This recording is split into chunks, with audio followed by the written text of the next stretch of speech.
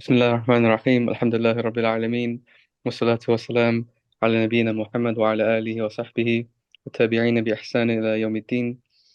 Assalamu alaikum wa rahmatullahi wa barakatuh, everybody, and to Mashaykh, Sheikh Harris and Sheikh Eissa, who have joined us once again, and this time, inshallah, for a Q&A. So, for those of you that are still needing to submit some questions, you can do so through the Google form. That's to make sure, if you want your questions to be answered as a priority. And then, if we have time, once we go through the Google form, if there are still questions remaining, and for whatever reason, if you can't submit it for the Google form, we can take it from the chat as well. So, inshallah, if everybody's ready, I can start reading from the first question, inshallah. Inshallah, go ahead. Cool.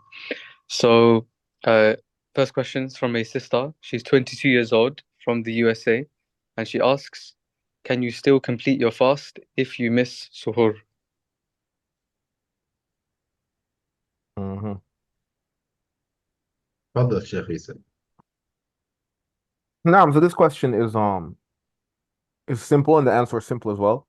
Naam, suhoor, which is the morning meal before Fajr. It's a sunnah, but it's not obligatory, and it's definitely not a condition of fasting. So yes, this is pretty straightforward. You're allowed to complete your fast, and your fast is accepted, and your fast is valid, even if you didn't do suhoor and or missed it for whatever reason. No. Now, I would just like to add to this that yes, your fast is valid so long as you sleep with the intention of fasting the next day. So before you sleep at night, you should have the intention that tomorrow I am going to fast. And you also should have the intention of waking up for suhoor, although it's not mandatory that you like force yourself to wake up for suhoor, but you should at least mentalize that you will be fasting next day. And the Prophet Muhammad sallallahu alaihi wasallam really encouraged suhoor. He said that my ummah will remain in goodness whilst they do suhoor. So even though it's not obligatory, it's not like one of the conditions, it's something that's very recommended.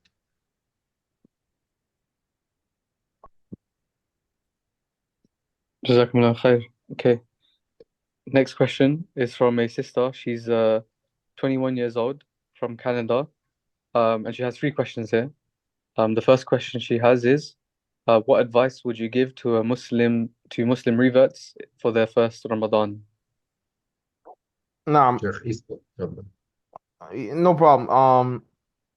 That's a good question. What advice would you give to reverts for their first Ramadan? I think the main advice I would give, being a revert myself, I have that experience. But the thing I would advise the most is to try your best to stick to the community, to the jama'ah. Well, whatever that may be. So you have to try your best if you have a local masjid or local masajid, local community. You try your best to stick to them, to hang with them, and uh, and to be close to them during this period, even more than other periods, as this will make the fasting easier for your first time and the whole experience as well, and you'll learn a lot, and there might be things you don't know that you'll learn from them and so on. And obviously, one of the blessings that we have today is online communities as well. So for those who don't have a local community, which is possible, but this is becoming rare in the West, especially. Um, so if you're from the USA or Canada or just the West and so on, you'll usually find some Muslims in your community. There'll usually be something going on. But if it's the case where you don't have that, then you'll at least have your online community. So it's important to stick to that, as that will help you have the smoothest experience, and that'll help you learn what you should do and should not do and so on. No. Jazakallah khair. I guess related to the second question as well, maybe it's already answered. What would you do if there is no Islamic center or support for a revert in real life space? Now, in that situation, I would recommend going online. If the opportunity to travel presents itself, or if the possibility of travel presents itself, I would also recommend that. So if you're able to travel to a community or to a Muslim country and so on, do maybe part of your Ramadan there. That helps. That helped me a lot as well. My second Ramadan, I spent half of it in Morocco. So it helps. So if you're able to do that, travel should also be on the table. If not, if even that's impossible for whatever reason, then I think online is the next best option. And you have the Revert server, for example. I think it's a great space to be during your Ramadan if you have no local community. You know. Jazakallah khair. And the last question from the sister is, what does a day during Ramadan look like? A day Well, during Ramadan. Sheikh, you want to go for that? yeah, sure. Well, what does a day in Ramadan look like? Well, what I can say is that when it's Ramadan, at least to me, the atmosphere feels different. I don't know if this is a psychological thing, but the atmosphere just feels different. Okay. It doesn't feel like it's a normal day. Okay. Like you can feel something in the air that is different. The mornings are normally easier because you still have the boost from suhoor, you've eaten. But then as you get closer and closer to iftar, especially afternoon, then it starts to get more challenging, meaning that you might have to control your temper a bit more, and you might have to struggle to stay awake, to concentrate, especially if you have, problems with your insulin and things like that. So I think that as the day goes, it just gets harder. But the fact that the atmosphere is different, it just makes things, that much more special. And when you add Quran recitation, which is something that should make you tired, but when you're fasting and you choose to recite Quran, alhamdulillah, I think that does make, at least to me, fasting that much easier. So that's my personal experience. I don't know about you, Sheikh Eissa.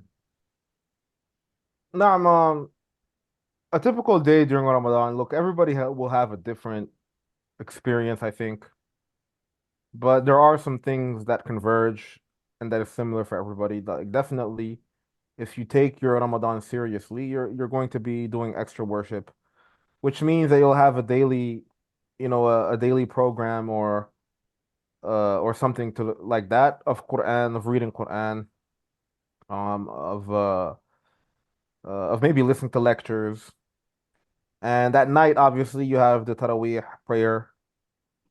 So it's probably going to be animated by the fact, your Ramadan night is going to be animated by the fact that you'll be praying at the masjid or even at home, extra prayers and so on. So that's really what a typical day looks like, more extra worship and so on.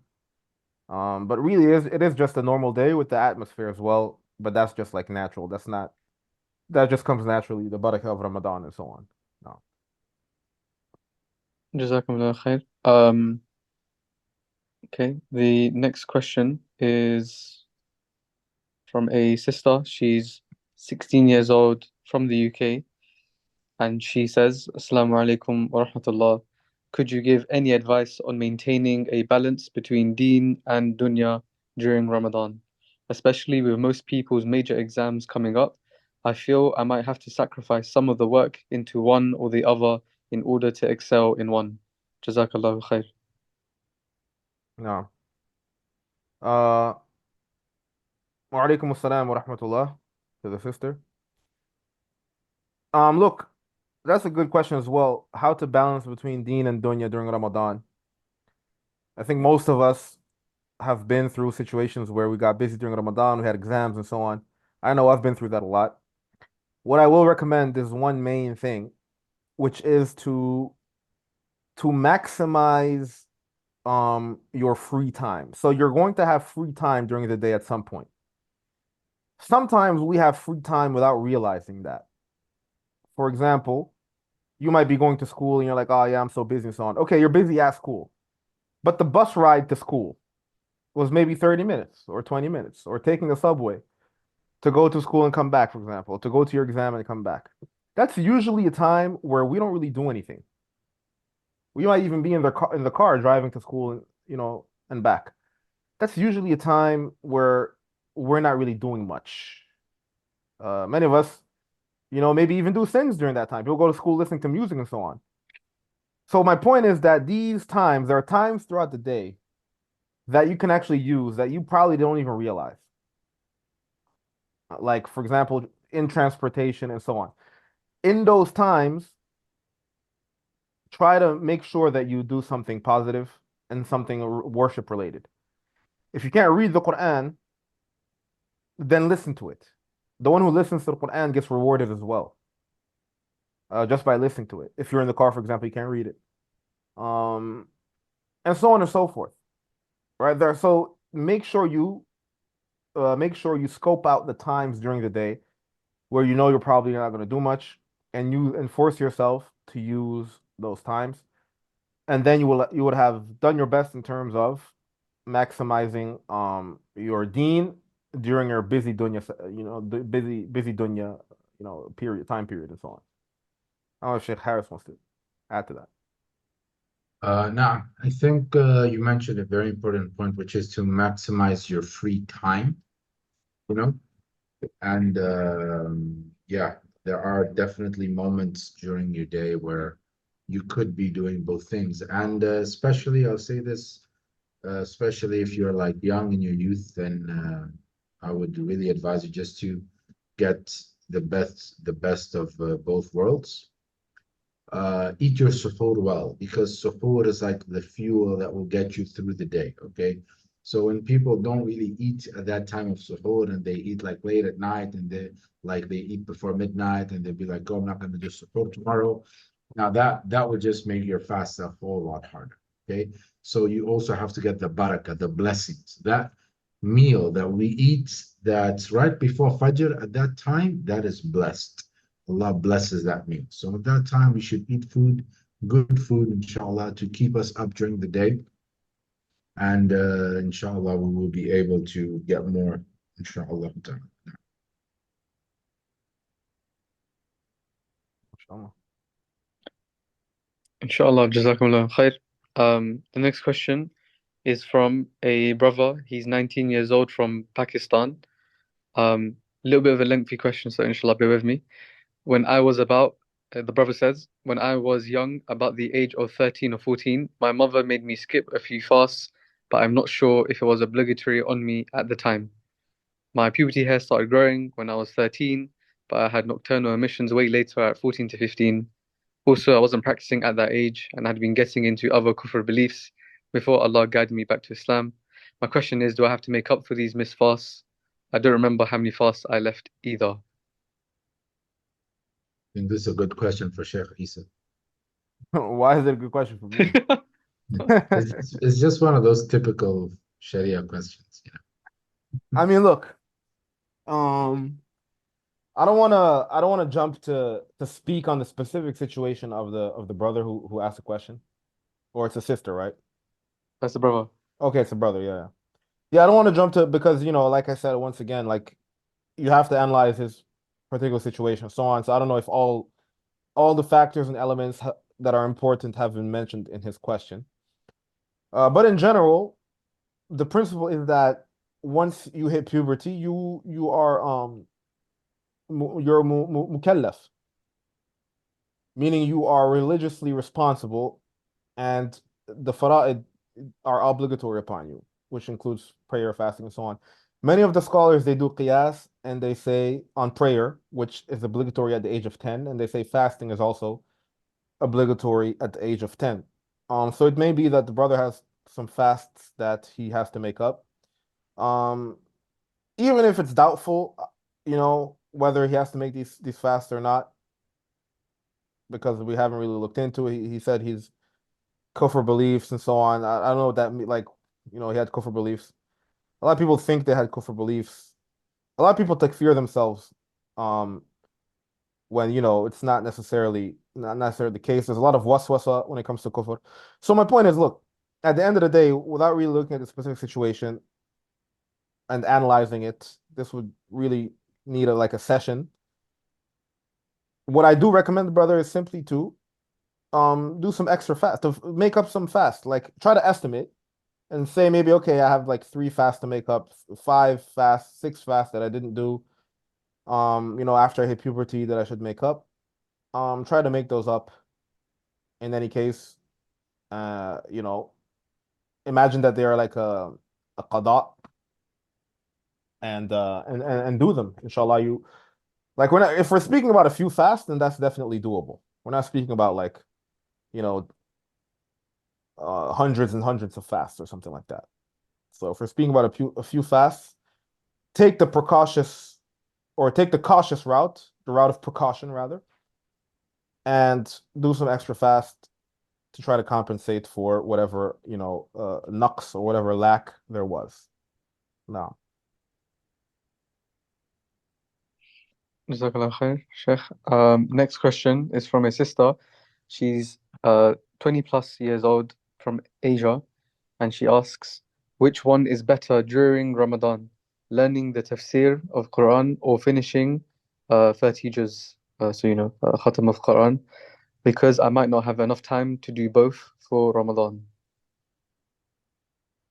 On this one, I'm going to have to say it is better for you in the month of Ramadan to recite and to do the khatam of the Quran because that's what the Prophet ﷺ used to do in the Ramadan. This is the month of Quran recitation and just the mere reading of the Quran, which is the word of Allah subhanahu wa ta'ala, has an effect in your heart.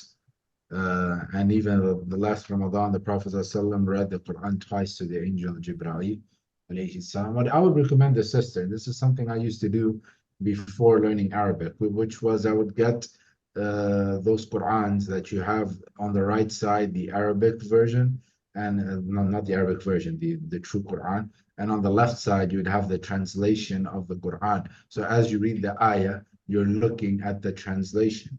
This really helps to like understand, and it helps you meditate when you're reciting that ayah. You know what you're saying. So this is what I would advise the sister: recite Quran as much as you can in the month of Ramadan. Nah, I would a little bit like differ with Sheikh Harris on this. But look, at the end of the day, this is only about what is better. So what is better can, people can have different opinions when it comes to that. At the end of the day, these are two things that are good. Whether you do khatm or whether you read less but with tadabbur and with reflection, at the end of the day, you're really choosing between two things that are good. But look, at the end of the day, the fatwa of some of the classical scholars such as the Imam al-Nawawi and others is that these type of questions really comes back to the situation of the questioner and what works best for the questioner, or for the person that's asking. So if by reflecting on the ayat and so on, and by looking at the tafsir, if that raises your iman, if you find that this is better for your iman and this works best on you than doing khatam without understanding anything, then according to the fatwa of Imam al-Nawawi, that would be better for you. So that kind of differs with what Sheikh Harris said. But whatever opinion you choose at the end of the day, know that there are pretty much ulama on both sides. There's arguments for both. So what I would recommend is really to do what you think is best for your iman now, and Allah knows best. Jazakumullah khair. And just to also like clarify, I think, we're not saying to like completely neglect like one or the other, but some Right. combination, but obviously maybe like one more than the other is kind of the idea, right? Agreed. Like the Yeah. point is, if you're able to do both, that would be the most ideal situation. But if you are in a situation where you want to know what is preferred, then at that point, you can either like what I would recommend is to take what is the best for your iman. And which kind of, at the end of the day doesn't really even differ with what Sheikh Harris said, because what he said in a way is that your iman will always be strengthened by for doing what the Prophet ﷺ did and getting the barakah of a khatam. So that's one way to look at it as well. Jazakumullah khair. Next question is from a sister. She's 16 years old from Kuala Lumpur, Malaysia. and she asks, what if my dad doesn't lend us money for the month? Our parents divorced, in brackets. Okay.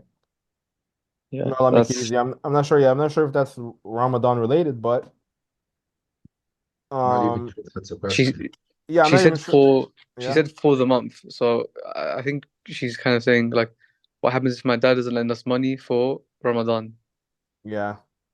I mean, that's open to interpretation, but yeah, it's Yeah, possible. Yeah, I'm not really sure the point of this question. If he doesn't lend money, then make dua. I don't know. Yeah, I think It maybe the point, perhaps the question that the sister maybe is trying to, say what she should do or what will happen to her father. Now, of course, if a parent neglects his children Islamically, this is sinful. But again, this is a very specific case, and we don't even know what exactly is going on there.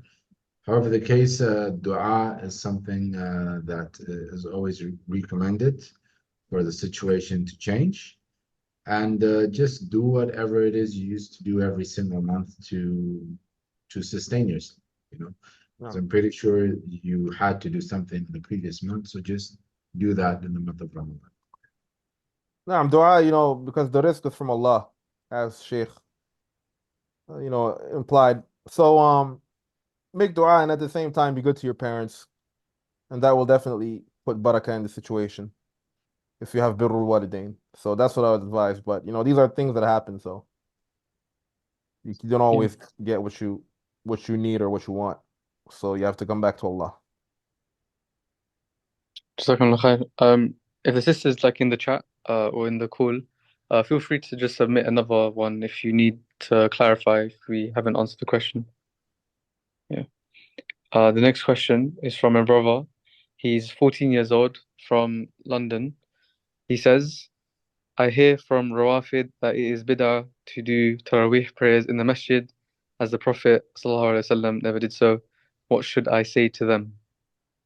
I think you shouldn't even be speaking to Rawafid in the first That place. that's exactly what I was gonna say. I was gonna say I was gonna start the response by saying, listen, don't even debate Awafid. There's no point Yeah, in it. like why would you talk to them? That doesn't make sense whatsoever. Because just ask them, okay, what were the Rafidis doing when the Prophet ﷺ was alive? Okay, just answer that question.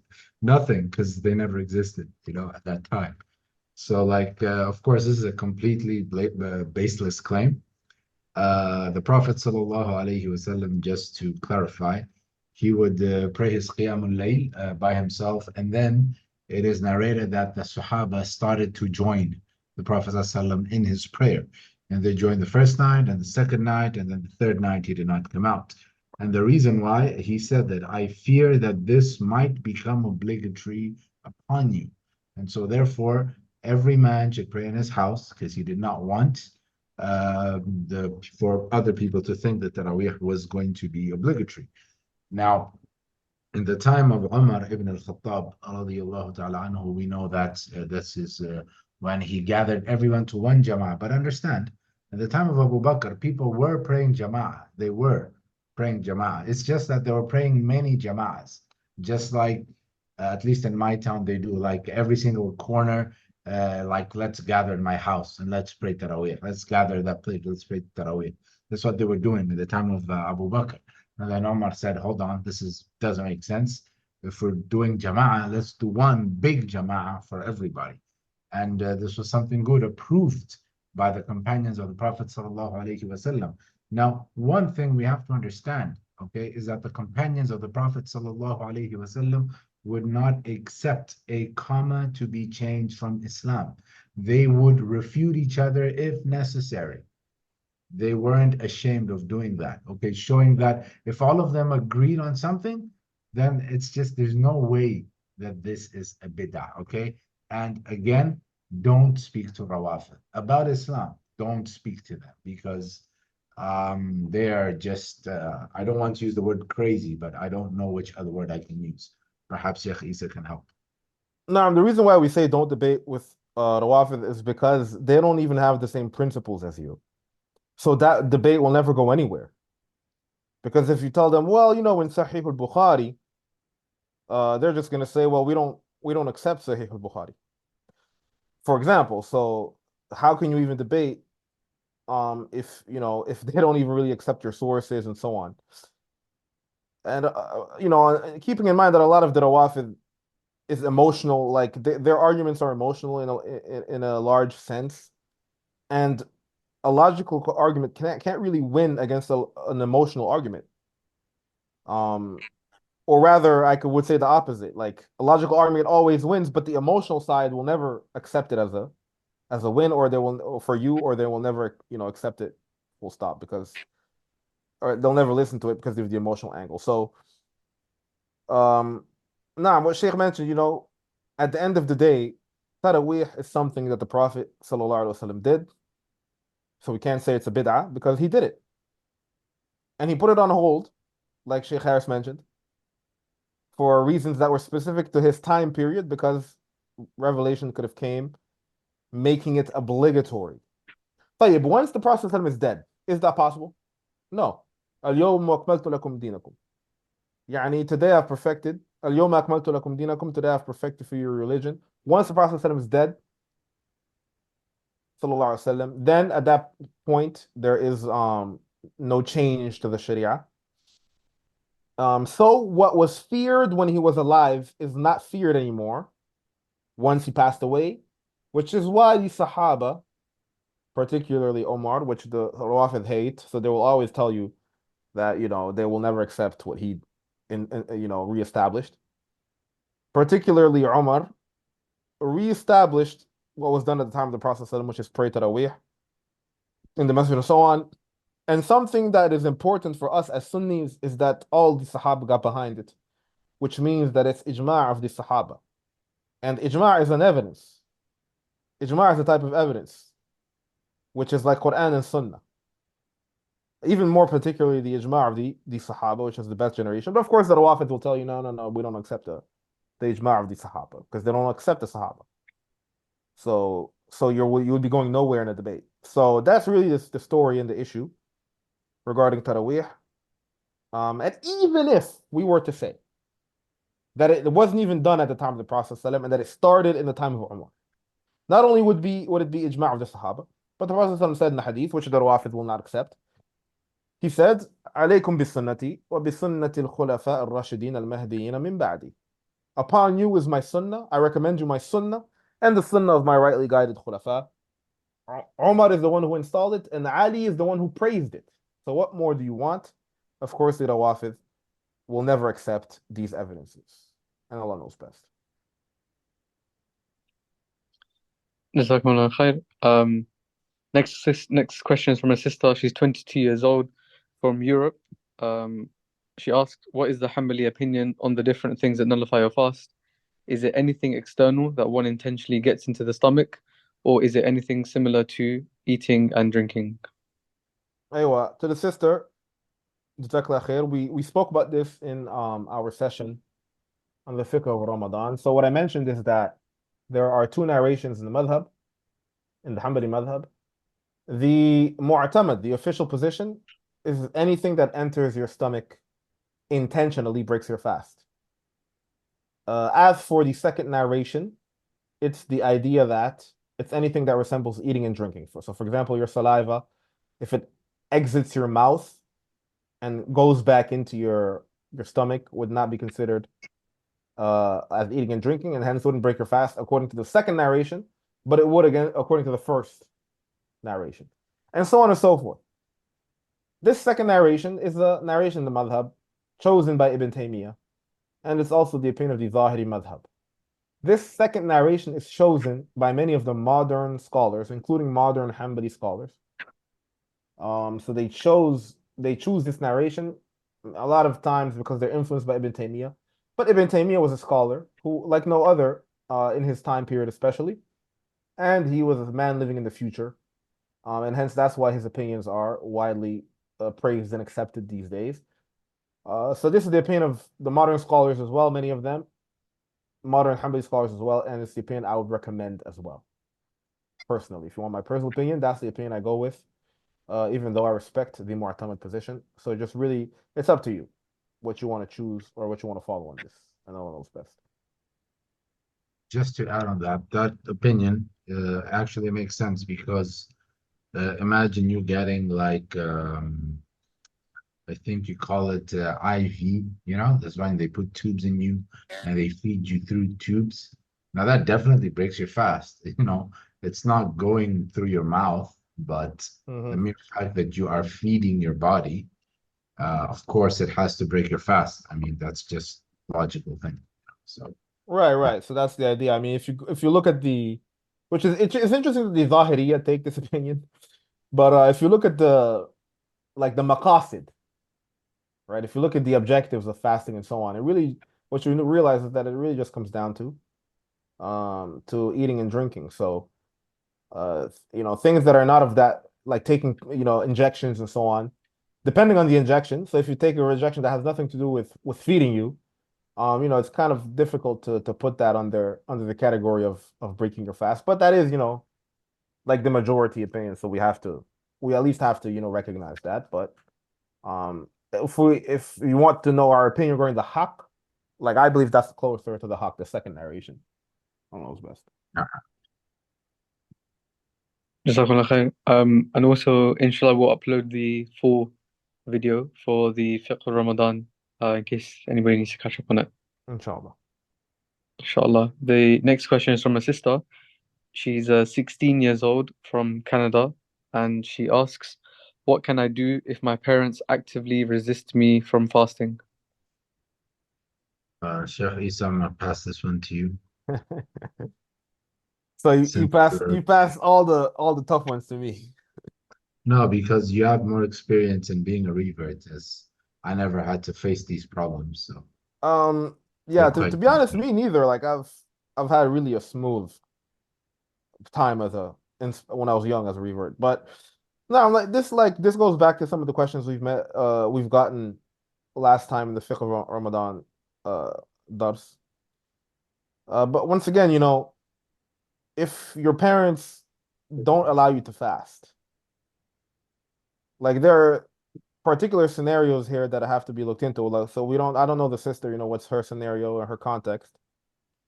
If you have options where you can fast, then you should do so. Options such as, I don't know, leaving the house, doing your Ramadan elsewhere, stuff like this.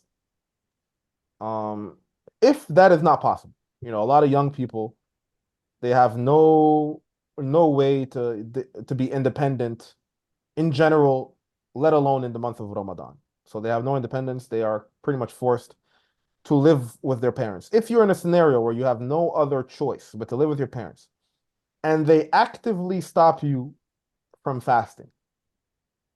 Now we have to look at what that means as well. Like what does it mean they actively stop you from fasting? Um, are they putting pressure on you? Are they making fun of you at the dinner table? Stuff like this. If it's in this category, you need to have patience. But if it's in the category of you fear for your iman, I mentioned this last time, either you fear for your faith because they're going to do something that will affect your faith, such as sending you to Christian camp. All right, these type of things happen. So if you fear for your faith, or if you fear for your emotional or physical safety, so maybe you really think they will kick you out, and maybe they have threatened to kick you out of the house, and you'd live on the streets, for example, and you know that they would probably carry out, their threat. Um, or if they physically hurt you and all these things, like if it's reached that level, then at this moment, then you're excused from fasting, and you're gonna have to catch up as soon as you are able to fast, because here we consider that you are under duress and you're not able to fast, and Allah subhanahu wa ta'ala says, فَاتَّقُوا اللَّهَ مَا اسْتَطَعْتُمْ, fear Allah as much as you are able. So this would be out of the realm of your ability.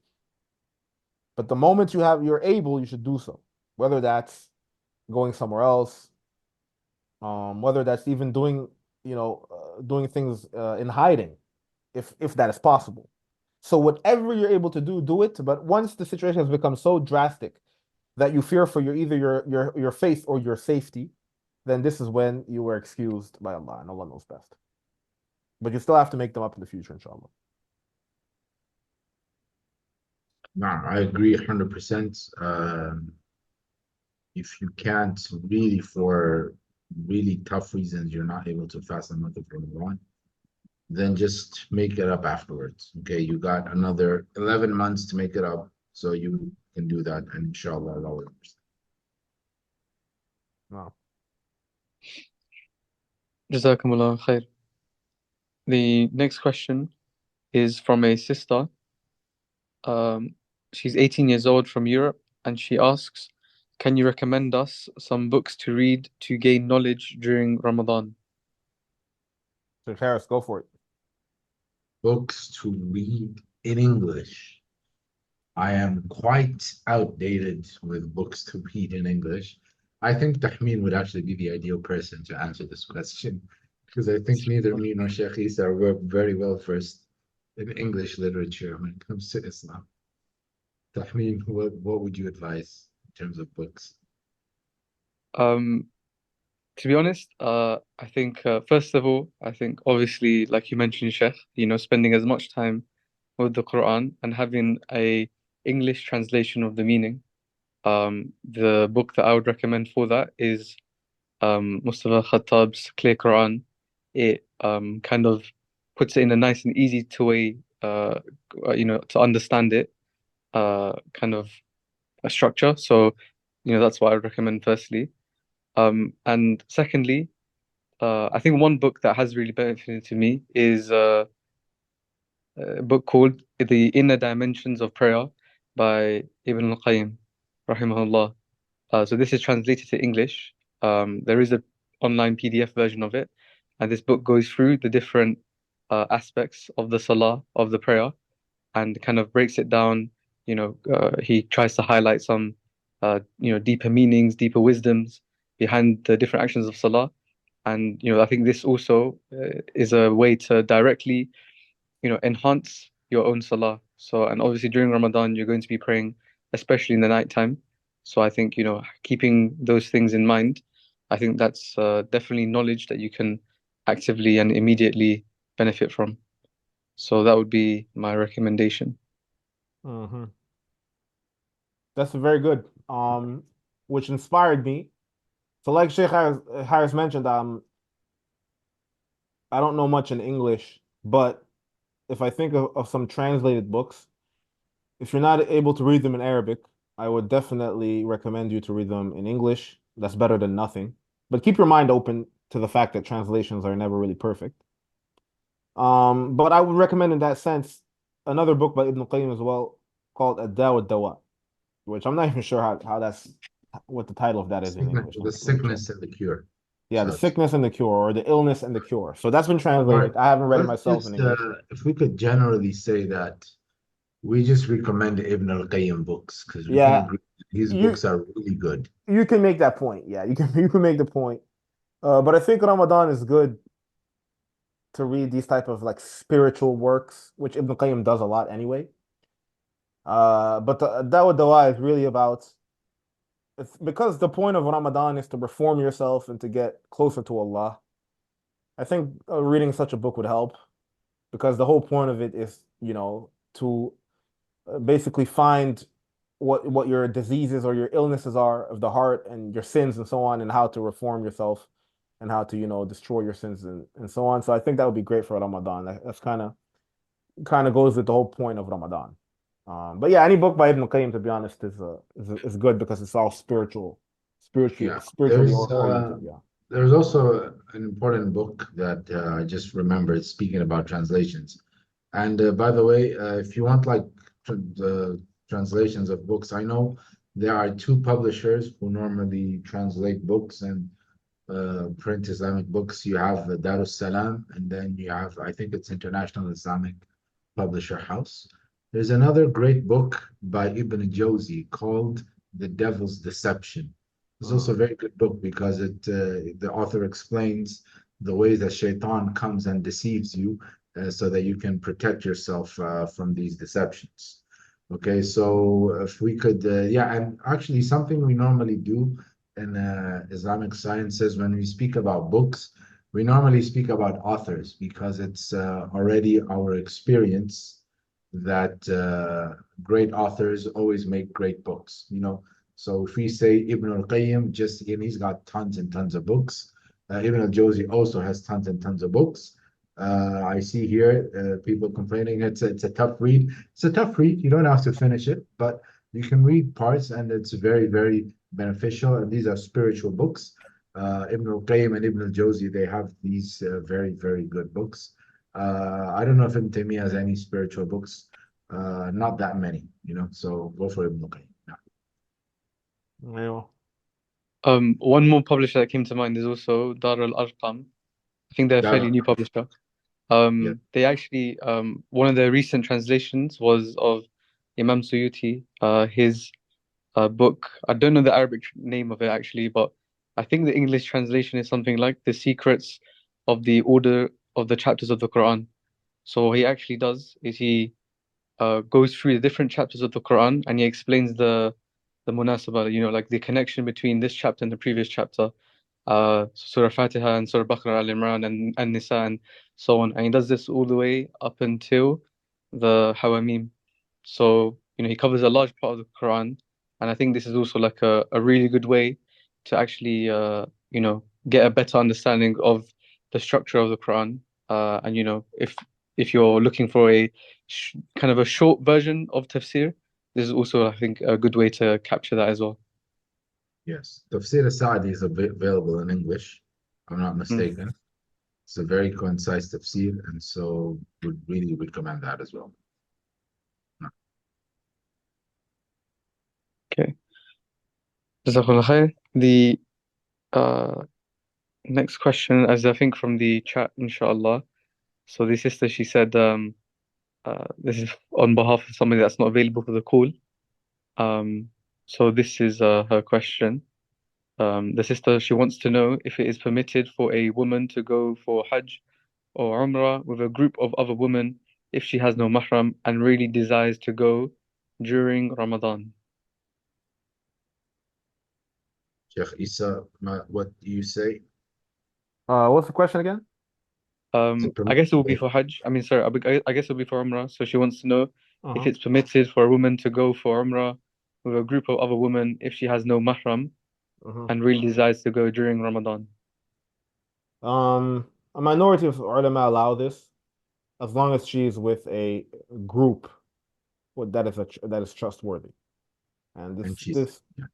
now this opinion goes back to some of these Sahaba. It's a minority opinion, but some of these Sahaba held this opinion, such as Aisha radiallahu anha and others. Um, so yeah, it really depends. Like if the sister knows that she will have a hard time going with a mahram for whatever reason, and that you know this is an opportunity for her that she fears won't come again anytime soon. Then yeah, she should go ahead and travel as long as she's with a trustworthy group of women and so on.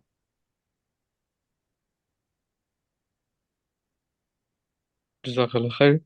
Um, and I guess this is the maybe final question from the chat. And she wants to know, what do you recommend Aqidah and fiqh books for her to read during Ramadan? Well, what I would recommend, and something I always tell my students, is that it's not about reading books. It is about having a teacher who will direct you on how you should learn Islam. So in Islam, it's not like you just pick up a book and you read, and then you pick up another book and you read. It's more like you have a sheikh, and the sheikh will tell you, we're going to read this book, and then he will tell you, we're going to read that book, and every sheikh is going to have his own way, his own order of teaching, just like I have my style of teaching. Sheikh Eissa has his style of teaching because his teachers were different than mine, and so therefore we like learned the same thing but in different ways, and so our methodologies are always going to change. So what I would advise the sister and everybody is not to really focus on books, but rather focusing on learning with the shuyukh, with teachers. Like Sheikh Eissa has got his lessons. I haven't really organized that yet, but when I have that, inshallah, you're also welcome to join. Sheikh Eissa. نعم. Nothing really to add. جزاك الله خير. Cool. Jazakallah khair. I think one question or maybe two I have, which I think is maybe important to address as well. This is something which I experience, and speaking to other people, I think they also experience it sometimes as well, is burnout during Ramadan. You know, what can a person do to prevent themselves kind of burning out during Ramadan? Like in the beginning, everybody's, trying their best, doing as much as they can. And then towards the middle, it's sometimes difficult to keep it up. So, how can a person, pace themselves during this month? نعم. Well, I'll answer quickly and Sheikh Harris can add. But once again, I would say that you should take things gradually. A lot of people, what they do is they go all out in the beginning. But remember, it's better to start badly and end well than to start well and end badly.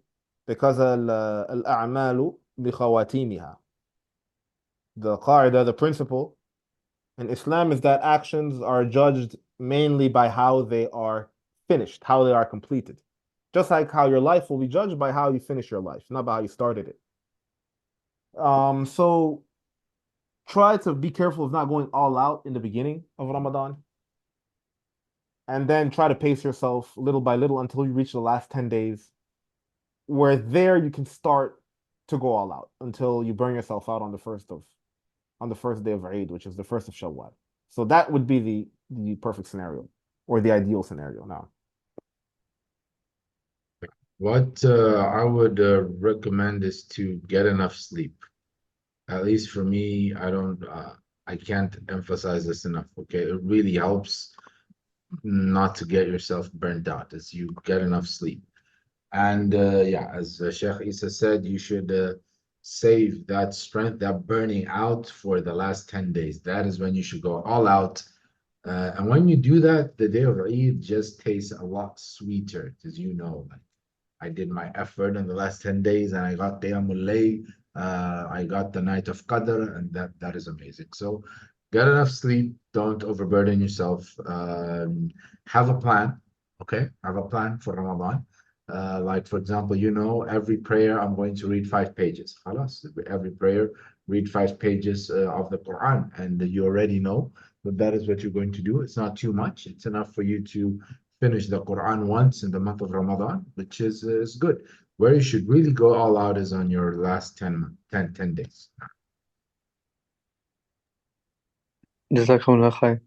The final question which I had, kind of in relation to this, and I think in relation to a previous question as well, but kind of, I think it would be, useful if you guys could maybe give us an outline, starting from, I guess, suhoor, all the way up until, the next day. Like, how is the best way to kind of structure our day, to make sure we get the most out of it, to make sure we're doing as many good deeds as we can, especially in the last 10 nights. We don't want to waste, a minute.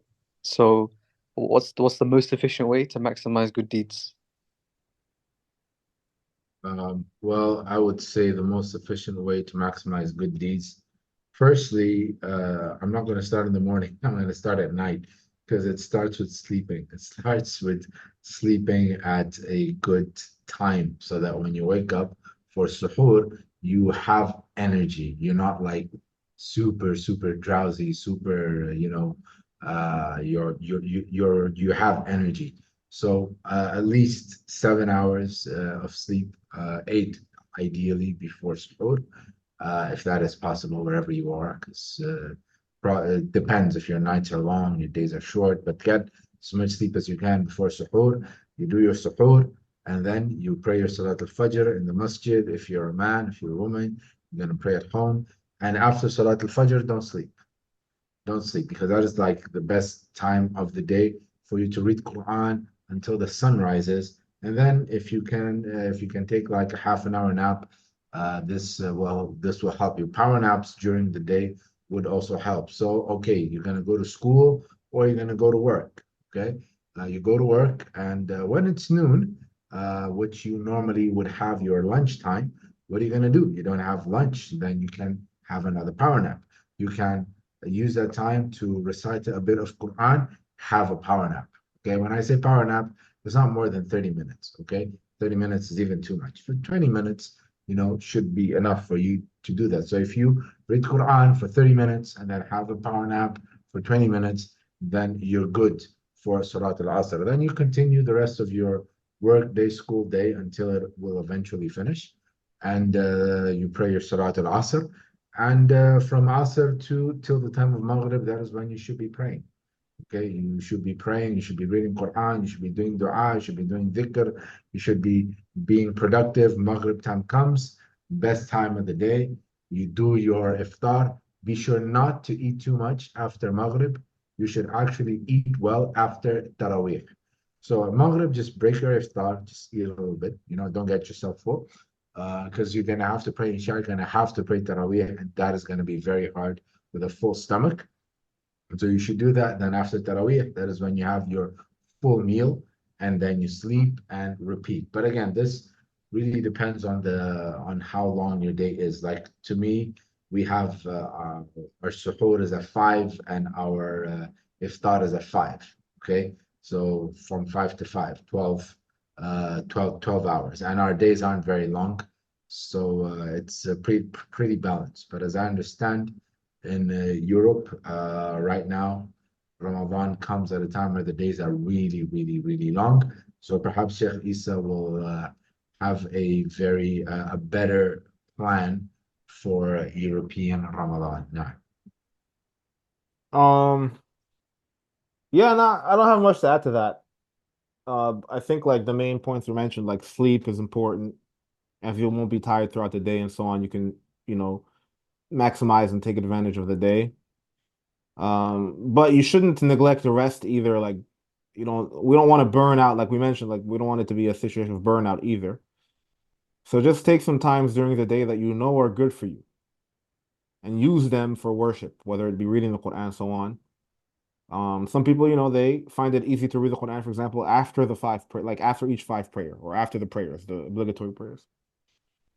So you should do that if that's easy for you. Like whatever is easier for you, you should consider. And yeah, and then keep some energy as well for the night, as the nighttime is important for Taraweeh and so on.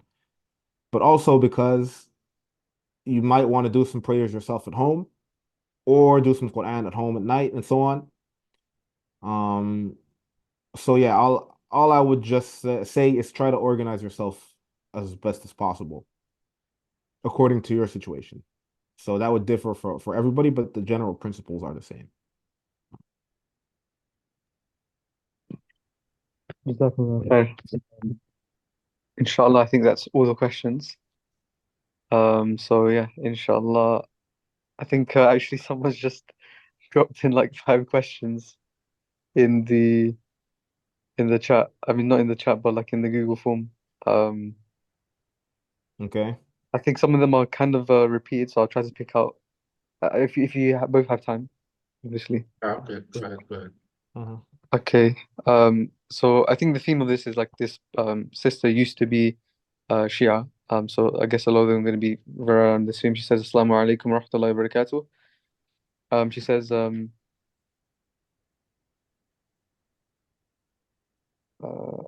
I think maybe this first one is a little bit quick, but she says about half of Ramadan is going to be during spring break, which is a blessing because there's no school, but it means there will be free time and there will be family picnics and gatherings that she's compelled to go to. So how can she handle the situation considering there are many kinds of haram at these events? Can you repeat that question, please? So during spring break, half of it's going to be during Ramadan. And she's mentioning that there will be family picnics and gatherings that she's compelled to go to by her parents. So how can she handle this situation, considering there are many kinds of haram elements at these events? So I would advise her first if she could conveniently get sick in these events so that she doesn't have to go, or she doesn't have to spend a lot of time there, then that is good. That is something that Nabi Ibrahim alayhi salam did himself. When he did not want to put himself in the situations, he just said, "Look, I'm sick, I'm not going." So if you can get out of the problem this way, I think you should do it.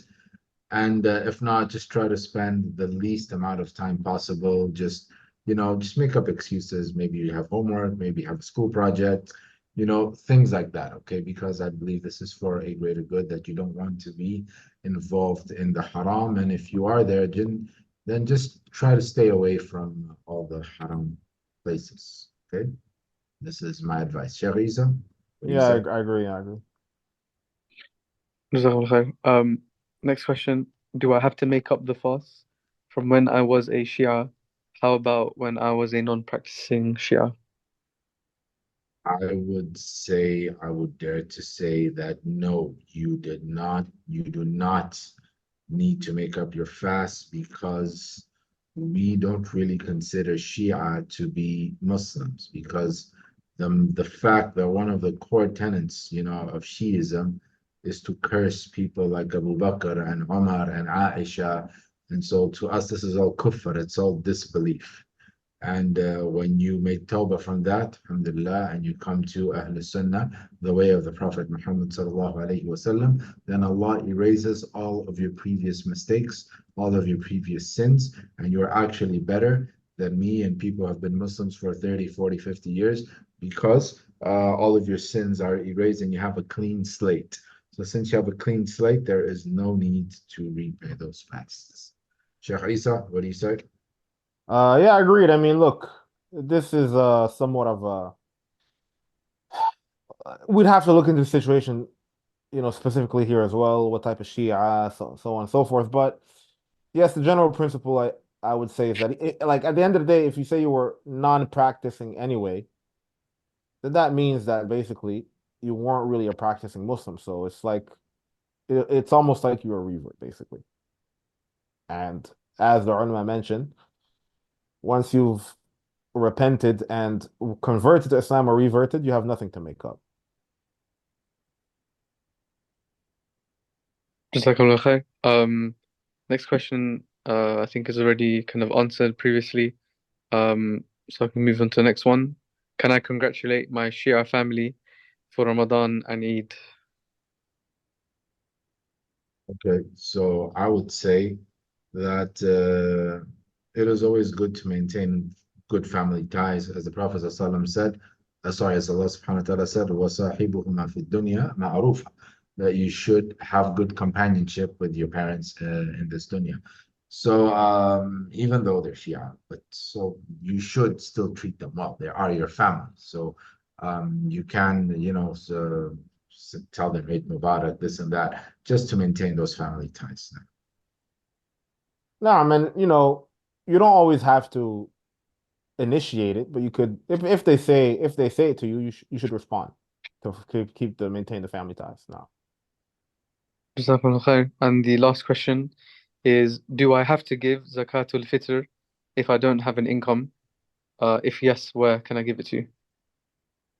Zakat al-Fitr is obligated and is to the head of the family.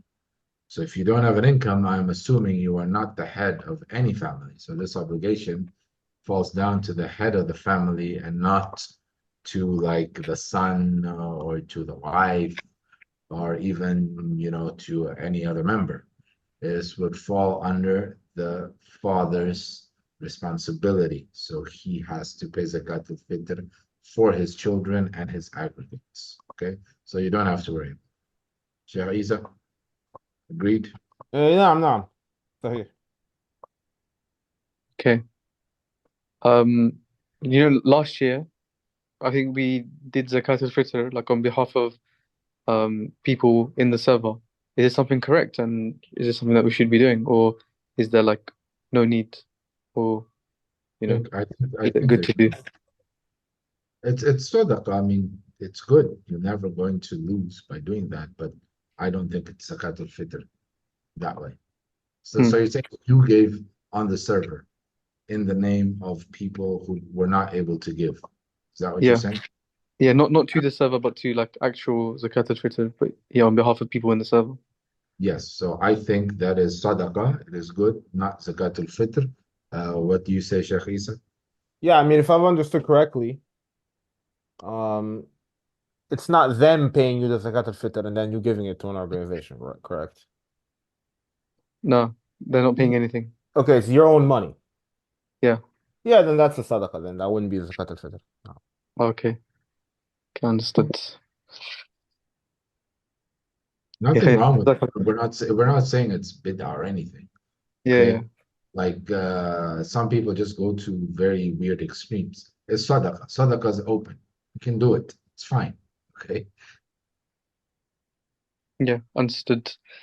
Cool. Jazakallah khair to both of you. And yeah, I think inshallah we can end. So yeah, if I could ask maybe one of you to close, then inshallah we can yeah end it there. Unless there's any final advices or anything.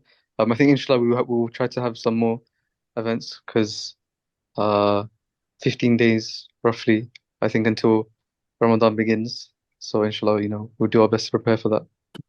Barakallah feek, Tahmeen and Sheikh Harris. I will give like a final advice. We're in the month of Sha'ban, and it just so happens that tomorrow, after tomorrow, and the day after tomorrow are the white days. Without getting into, so the white days are the three white days that are sunnah to fast, and they are the 13th, the 14th, and the 15th of each month, and there are sunnah. But again, there is somewhat of a debate amongst the ulama. Without getting into that, I recommend fasting these days anyway, knowing that we are in Sha'ban, which is the month that the Prophet sallallahu alaihi wasallam fasted the most, apart from Ramadan, obviously, which doesn't count. According to the Sahaba, mainly Aisha radiallahu anha. And many of the ulama mentioned that this extra fasting and so on that you would do in Sha'ban, if you were to follow the Sunnah, is also a type of tadrib li Ramadan, meaning it's a type of training and preparation for Ramadan. A lot of people, they get slapped in the face, like I mentioned. On the first day of Ramadan, they're not used to fasting and worship and so on. So I think it's good to get in the mood starting now and to take advantage of these white days they're coming tomorrow, after tomorrow, and on Sunday, inshallah. Um, and I ask Allah subhanahu wa ta'ala to grant us success and to protect the Muslims all over the world, specifically in Gaza and in Ameen. Palestine, as they Ameen. will, as I unfortunately think that their Ramadan is going to be hell on earth. But we will continue making dua and doing as much as we can to help them. Ameen, ya Rab. Ameen ya Rabbil Alameen.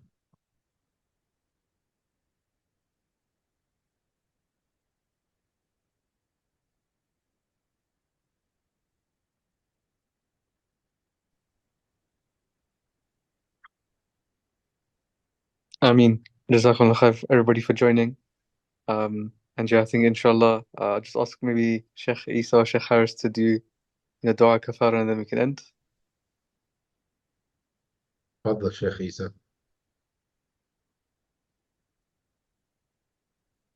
نعم, okay. سبحانك اللهم وبحمدك نشهد أن لا إله إلا أنت نستغفرك ونتوب إليك وآخر دعوانا أن الحمد لله رب العالمين. Assalamu alaikum wa rahmatullahi wa barakatuh. وعليكم السلام ورحمة الله وبركاته.